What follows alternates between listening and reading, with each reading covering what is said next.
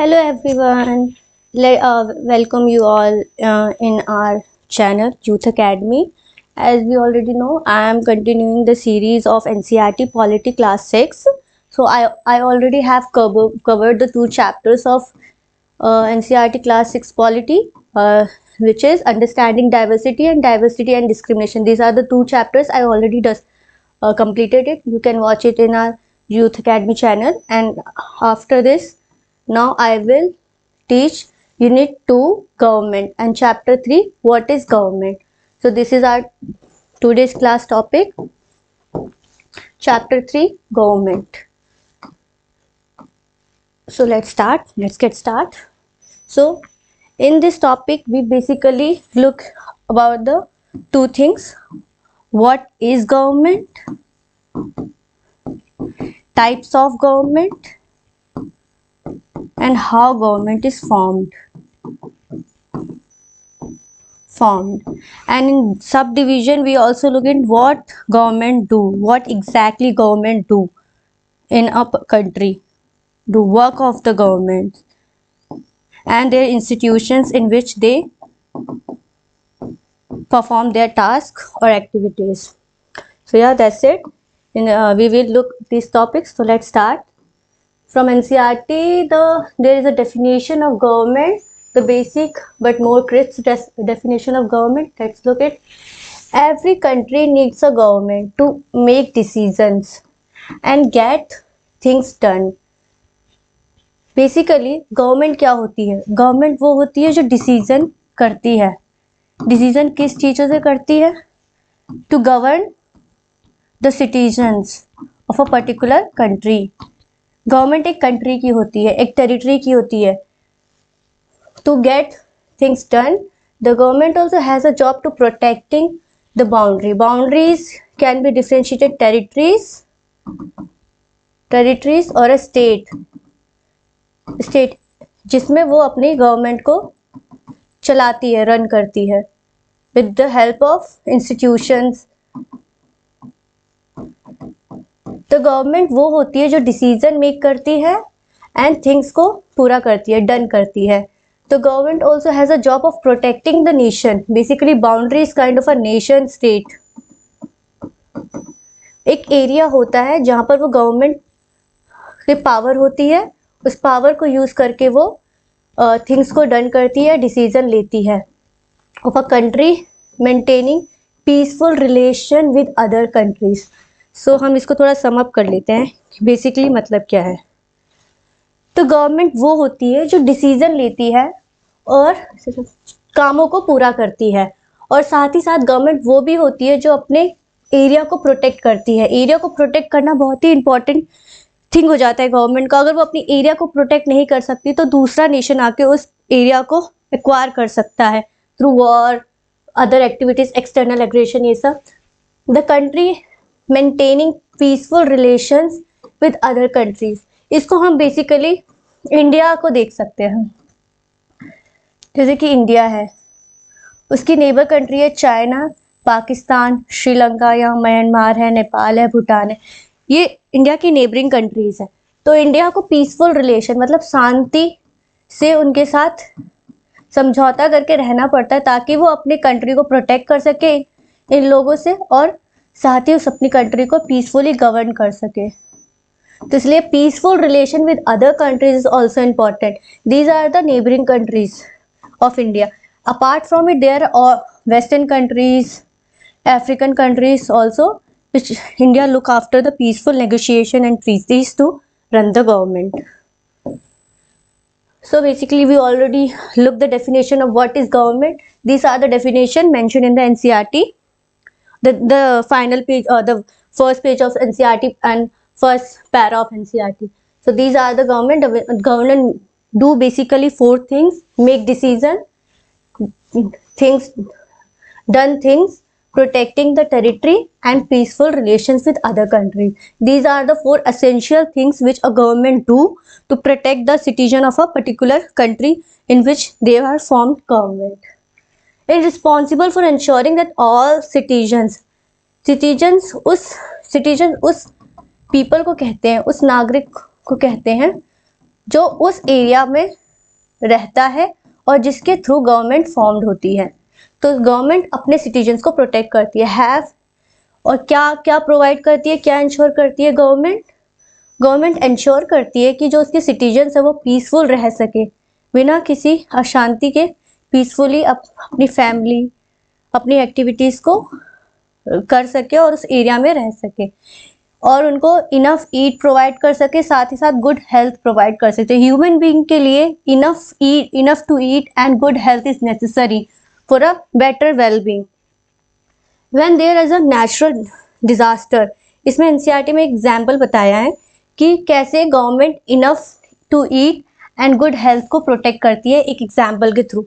जब किसी when there is a natural disaster, जब किसी एरिया में डिजास्टर होता है, मान लो सुनामी होता है या अर्थक्वेक होता है, it is a government that mainly organised relief measures लिए जाते हैं।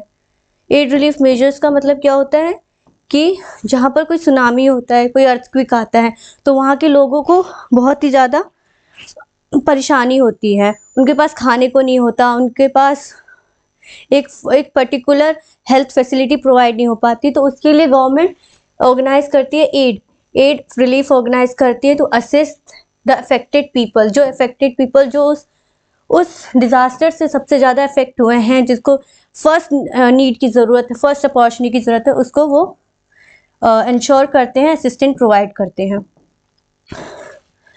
There is a dispute or if someone has committed a crime, you find people in court. Rules have been made by apply the so second में बोला है कि government कैसे enough ईट और health provide करती है, साथ ही साथ वो लॉ बनाती है। इसमें बोला है ना, मेक डिसीजंस के थ्रू पॉलिसीज इंप्लीमेंट होती हैं। पॉलिसीज इंडिया की, जैसे हमारी वेलफेयर पॉलिसीज होती हैं, इंडिया प्रोवाइड वेलफेयर पॉलिसीज। ये कहाँ मेंशन है कि इंडिया प्रोवाइड करेगा welfare policy? Directive principle of the state policy में प्रोवाइड है कि India need to safeguard the citizen of a country and provide a welfare policy for the wellbeing of the citizens. तो welfare policies provide करती हैं, साथ ही साथ वो डिसीजन के थ्रू लॉ बनाती है। वो लॉ ही जाके इम्प्लीमेंट होता है ताकि जो क्राइम्स किए हैं सिटीजन्स ने, उनको कोर्ट में उनको देखा जा सके। This rules have to be made that apply for everyone. India साथ ही साथ वेलफेयर नेशन होने के साथ ही साथ वो एक इक्वालिटी भी प्रोवाइड करती है। इक्वालिटी पॉलिटिकल एस्पेक्ट में प्रोवाइड करती है, सोशल एस्पेक्ट में प्रोवाइड करती है, कल्चरल इकोनॉमिक एस्पेक्ट में प्रोवाइड करती है, इकोनॉमिक एस्पेक्ट में, और साथ ही साथ वो जस्टिस होता है। जो ये जस्टिस के सारे एस्पेक्ट होते हैं, तो ये जस्टिस प्रोवाइड करते हैं। जस्टिस का मतलब ये होता है कि कोर्ट की नज़रों में सब समान है, सेम है, सब समान है। तो ये जो लॉज बनाती है ना, ये लॉज सारे सिटीजन पे इक्वली इम्प्लीमेंट होता है। वही जो लॉज बनाते हैं वही गवर्नमेंट के डिसीजन के थ्रू लॉज बनते हैं। ये डिसीजंस को पास किया जाता है with proper guidelines and proper procedures in parliament, जिससे सिटीजन्स एक पीसफुल लाइफ जी सके इस कंट्री में। ये हो गया। Next look after the second part of it. तो there are the some example of institutions. Basically मैंने बताया कि कंट्री बहुत ही ज़्यादा बड़ी होती है। जैसे हम इंडिया के केस में देखते हैं, India is a big country. India की पॉपुलेशन इतनी है कि इनको लुक करने के लिए उनको एक प्रॉपर इंस्टीट्यूशंस की ज़रूरत। इंस्टीट्यूशंस का मतलब बोल सकते हैं गवर्नमेंट है। गवर्नमेंट एक बहुत ही बिग एंटिटी हो जाती है। गवर्नमेंट को डिफरेंट टाइप्स ऑफ पार्ट्स चाहिए होते हैं जिससे वो एक पर्टिकुलर काम कर सके। पर्टिकुलर काम से यहाँ पर क्या है, स्पेसिफिक जॉब होती है, उनकी एक्टिविटीज़ होती है, स्पेसिफिक जॉब। जैसे कि अगर हम बात करें रेलवे, रेलवे क्या प्रोवाइड करता है कि उसकी ट्रैवल फैसिलिटीज़ प्रोवाइड करता है सिटीजन्स को। साथ ही साथ हेल्थ केयर्स की बात कर सकते हैं, हॉस्पिटल्स होते हैं। साथ ही साथ हम कम्युनिकेशंस की बात कर सकते हैं, भारत पेट्रोलियम की बात कर सकते हैं। और यहाँ पर सुप्रीम कोर्ट को कैसे इन्होंने बोला है कि एक इंस्टीट्यूशन है that a part of the government, कि ये कैसे लिंक्ड है supreme court part of the government से। गवर्नमेंट डिसीजंस करती है, जैसे हमने पहले ही जाना, उसके थ्रू वो लॉज बनते हैं। यही लॉज लास्ट में जाके सुप्रीम कोर्ट यूज करके अपने डिसीजन को, लॉ को, कॉन्स्टिट्यूशन को इम्प्लीमेंट करती है और ये बताती है कि ये लॉज कॉन्स्टिट्यूशन को वायलेट करते हैं कि नहीं करते हैं।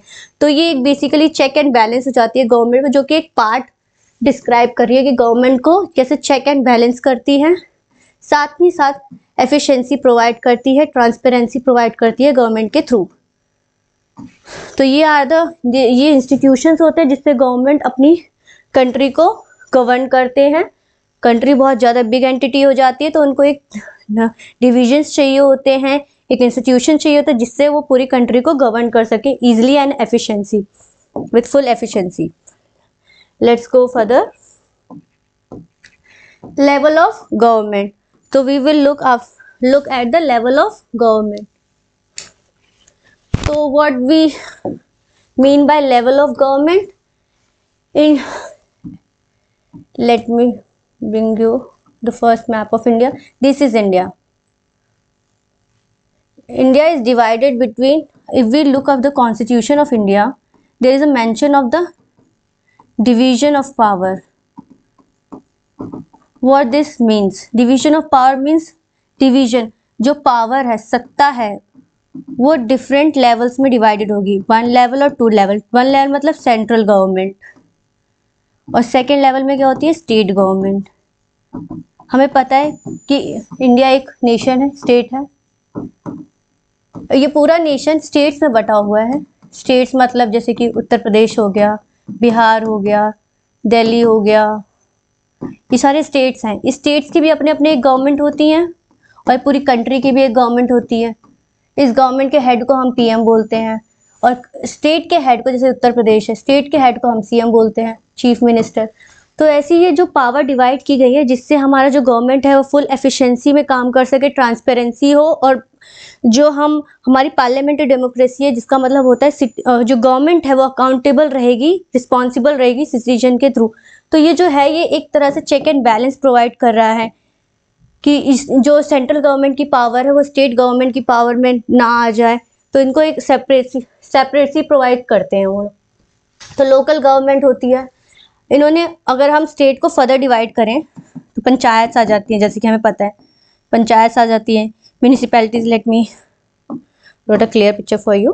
पहले आती है सेंट्रल गवर्नमेंट, हमें पता है सेंट्रल गवर्नमेंट का हेड में कौन होता है, पीएम होता है।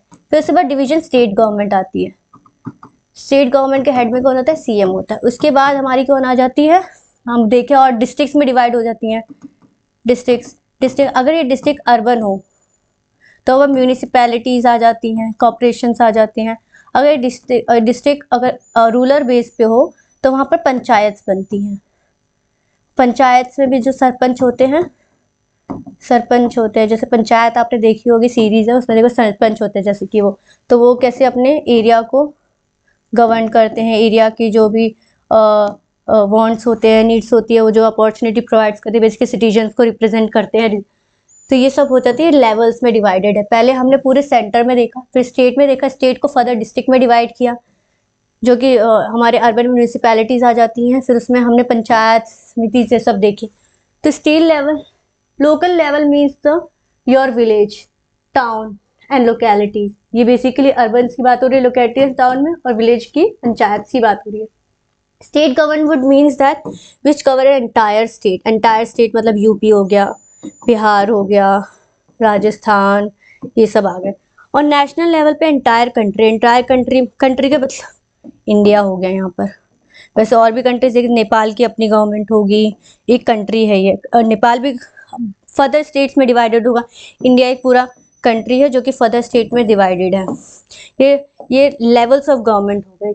लेवल्स में बेसिकली ये बताया जा रहा है कि पावर, जो लॉ मेकिंग की पावर होती है ना, वो कैसे डिस्ट्रीब्यूटेड होती है, जो डिसीजन लेने की पावर होती है वो कैसे डिफरेंट लेवल्स में डिस्ट्रीब्यूशंस की जाती हैं जिससे एफिशिएंसी प्रोवाइड की जा सके। Let me go further. अब लॉ एंड द गवर्नमेंट। अभी गवर्नमेंट के लॉ से related, government basically law makes करते हैं and everyone who live in the country has to follow this laws. ये जो लॉज प्रोवाइड करते हैं ये बाइंडिंग होते हैं citizen of a particular country. Citizens के ऊपर ये बाइंडिंग होते हैं जो लॉज गवर्नमेंट पास करती है। अब बाइंडिंग इसलिए होते हैं क्योंकि हमें पता है सिटीजन ही गवर्नमेंट को बनाती है थ्रू इलेक्शंस। तो ये जो हम जो रिप्रेजेंटेटिव भेजते हैं गवर्नमेंट में, वो हमारे इच्छाओं को इम्प्लीमेंट करती है। तो हमें पता है जब हम अपने ही रिप्रेजेंटेटिव को गवर्नमेंट भेज रहे हैं तो जिनकी पॉलिसी है वो तो बाइंडिंग ही होगी। एक सक्सेसफुल गवर्नमेंट का मतलब ही होता है कि उसकी सिटीजन्स उनकी पॉलिसी को इम्प्लीमेंट करें और उनको माने। This is the only way government can function. अगर सिटीजन गवर्नमेंट की पॉलिसी नहीं मानेगी, अभी हमने देखा कि डिजास्टर में कैसे सुनामी में एड रिलीफ दिए जाती है। अगर गवर्नमेंट ने उसमें एक गाइडलाइंस प्रोवाइड कर दिए कि कोई भी सुनामी हुआ है तो एक पर्टिकुलर एरिया में नहीं जाएगा, अगर सिटीजन्स को मान ही नहीं रही कि वो पर्टिकुलर एरिया में नहीं जाना, तो वो कैसे सिटीजन्स को फंक्शन कर सकता है। तो सिटीजन्स को फॉलो करना नेसेसरी है ताकि एक प्रॉपर फंक्शन हो सके, प्रॉपर फंक्शनिंग के लिए, कि जिससे गवर्नमेंट कोलैप्स ना हो सके, जिससे सिटीजन्स अपने वांट्स को, नीड्स को प्रोटेक्ट कर सके एंड फुलफिल कर सके। ऑब्जेक्टिव्स होते हैं उनके, वो कैसे fulfil. Just like the government has the power to make decision, similarly it has the power of to enforce it decision. Law making power होती है, साथ ही साथ एनफोर्स करने की भी उनके पास पावर होती है। लॉ बनाना ही ओनली चीज नहीं होता, उनको इम्प्लीमेंट करना और ग्रास रूट लेवल तक उसको लाना ही बहुत इंपॉर्टेंट चीज होती है, जिससे एक प्रॉपर फंक्शनिंग होती है। In addition, any action that government can take, they are also steps people can take if they feel that a particular law is not being followed, he or she may approach the court। साथ ही साथ इसमें बोला है government law बनाती है, उसको enforce भी करती है। अगर माना कि सिटीजन को लग रहा है कि ये लॉ उसके हित में नहीं है, तो वो क्या करेगी? वो तो गवर्नमेंट के थ्रू क्या ऐसा हो सकता है कि गवर्नमेंट को सू कर सकती है। सू बेसिकली मतलब उसके अगेंस्ट कोर्ट में जा सकती है। यस, ये भी प्रोवाइड किया गया है कि सिटीजन को अगर वो लॉ अनलॉफुल लग रहा है, वॉयलेटिव लग रहा है, तो वो कोर्ट में जाके अप्रोच कर सकती है गवर्नमेंट के इस लॉ को। तो सारी ये रिप्रेजेंटेटिव डेमोक्रेसी है, पार्टिसिपेटरी डेमोक्रेसी है, जिसमें सिटीजन्स के डिसीजंस ही सबसे इम्पोर्टेंट होते हैं और सिटीजन्स का ऑब्जेक्टिव ही देखा जाता है। टाइप ऑफ गवर्नमेंट और लेवल ऑफ गवर्नमेंट में ये डिफरेंस है। लेवल ऑफ गवर्नमेंट में हम देखते हैं कि पावर कैसे डिस्ट्रीब्यूटेड है बिटवीन सेंटर, स्टेट एंड, अगर इसको डिस्ट्रिक्ट बोले या लोकल लेवल में बोले, बेसिकली लोकल गवर्नमेंट बोलते हैं। लोकल गवर्नमेंट कैसे ये पावर डिस्ट्रीब्यूटेड है। लेकिन इसमें टाइप्स में क्या आ जाती है, ये तो हमारा सेकेंड स्टेप हो गया कि पावर कैसे डिस्ट्रीब्यूटेड है। लेकिन ये पावर आता कहाँ से, ये तो सोचने वाली बात है। ये जो पावर गवर्नमेंट को दे रही है, ये पावर दे कैसे रही है, ये आता कहाँ से है? तो ये जो पावर आता है ना, इसी को बहुत डिफरेंट टाइप्स में प्रोवाइड किए जाते हैं सिटीजन्स के थ्रू। कुछ मोनार्की के थ्रू आते हैं, कुछ डेमोक्रेसी के थ्रू आते हैं। तो जैसे ये पावर जो, ये तो मिल गया गवर्नमेंट को पावर, ये सेकेंड स्टेप आ गया। इसका फर्स्ट स्टेप आएगा कि पावर आता कहाँ से। उसी में हम जानेंगे types of government. Types of government में हमें पता ही चलेगा कि गवर्नमेंट अपनी पावर को कैसे यूटिलाइज करती है, कैसे इम्प्लीमेंट करती है। तो type of government in a democracy is like a India, it is a people who give the government this power. People है इंडिया में जो गवर्नमेंट को पावर देती है to govern themselves. They do it through elections. मैंने जैसे कि पहले बताया, ये कैसे इनको पावर देती है, थ्रू इलेक्शंस। जैसे दिल्ली में अभी इलेक्शंस हुए हैं स्टेट्स के, तो कैसे उन्होंने अपने वोट के थ्रू एक गवर्नमेंट बनाया स्टेट में। Government has to explain its action and defend the decision of the people. ये जो पावर तो दे दिया, लास्ट में गवर्नमेंट की ये भी रिस्पॉन्सिबिलिटी होती है, जो इतना बड़ा इनको पावर मिला है उसको रिप्रेजेंट करें एंड एक्सप्लेन भी करें। तभी डेमोक्रेसी को बोला गया है representative form of government India में। रिप्रेजेंटेटिव किस लिए? क्योंकि पीपल अपने रिप्रेजेंटेटिव को, अपने मन पसंदीदा इंसान को गवर्नमेंट में भेजते हैं तो make a decision and to govern a citizen. Participatory democracy, इसलिए तो इंडिया में जो डेमोक्रेसी वो रिस्पॉन्सिबल है, आंसरेबल है टूवर्ड्स सिटीजन ऑफ इंडिया। इसलिए तो explain the action, explain the action का मतलब ये रिस्पॉन्सिबल है, वो जो भी करेंगे उनको आंसरेबल होना पड़ेगा सिटीजन्स के टूवर्ड्स सिटीजन्स। ठीक है, यहाँ पर हमने टाइप्स ऑफ, अगर मैं और करूँ टाइप्स है किसकी, टाइप्स ऑफ गवर्नमेंट, इसमें दो देख लिया हमने। एक आएगा डेमोक्रेसी जो कि इलेक्शन के थ्रू होता है, पीपल के थ्रू पावर प्रोवाइड करते हैं गवर्नमेंट को। एक होता है monarch, monarch monarchy monarchy monarchy का मतलब होता है किंग एंड क्वीन। हमने देखा था मॉडर्न पीरियड्स में, देख लें किसी राजा महाराजाओं के समय में राजा कैसे बनते थे, राजा का बेटा राजा बनता था, तो उसमें ऐसा तो नहीं होता कि पावर कैसे आ रही है उसको, फिर फादर के थ्रू आ रही है, उसको जनरेशन के थ्रू आ रही है पावर।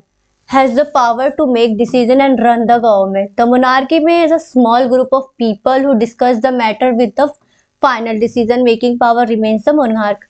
समितिज होती थी, सभास होते थे। अगर मॉडर्न पीरियड की बात करें, मौर्यज में जो राजा बनते थे, किंग होते थे, एम्परर होते थे, वो जनरेशन टू जनरेशन बनते थे, प्राइमोजेनिचर होते थे बेसिकली।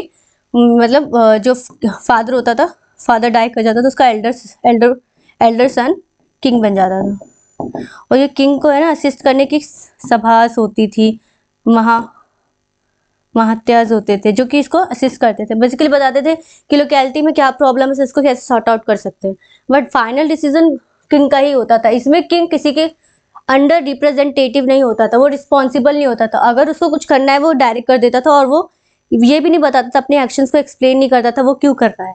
तो ये मोनार्की और डेमोक्रेसी में ये अंतर है। डेमोक्रेसी को एक्सप्लेन करना पड़ेगा अपने एक्शंस को गवर्नमेंट को, वही मोनार्की को अपने एक्शंस को एक्सप्लेन नहीं करना पड़ेगा, उनको किसी इलेक्शन के थ्रू नहीं आना पड़ेगा to gain this power. Unlike in democracy, kings and queens do not have to explain their actions. I already told about it. They don't have to explain their actions or defend the decision they may take.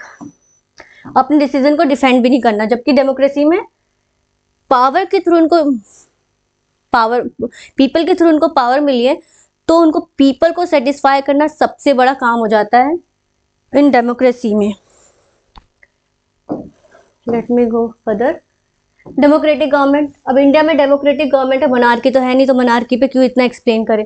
Democratic government देखते हैं India का कैसा है। Democracy is rule by the people. इब्राहिम Lincoln का सबसे beautiful statement है हमारे लिंकन का, what is democracy, by the people, for the people, by the people, for the people and to the people. People के लिए, पीपल के through and people के द्वारा। तो रूल बाय द पीपल, ये पीपल के द्वारा ही रूल करती है डेमोक्रेसी में। The basic idea is that people rule themselves by participating in the making of the decision। अब इसमें ये बोल रहे themselves participating in the decision, ये कैसे हो गया। अब इंडियन सिटीजन्स है, इंडिया के विद इन सिटीजन्स के अंदर ही तो ऐसे लीडर्स आते हैं जो कि पावर में आना चाहते हैं, जो कि डिसीजंस इंप्लीमेंट करना चाहते हैं to make a form a government. तो सिटीजन्स के अंदर ही पूरी इंडिया यहाँ पर सिटीजन्स है, सिटीजन्स के अंदर ही दो तीन ऐसे लीडर्स उभर के आते हैं जो कि to stake to form the government करना चाहते हैं।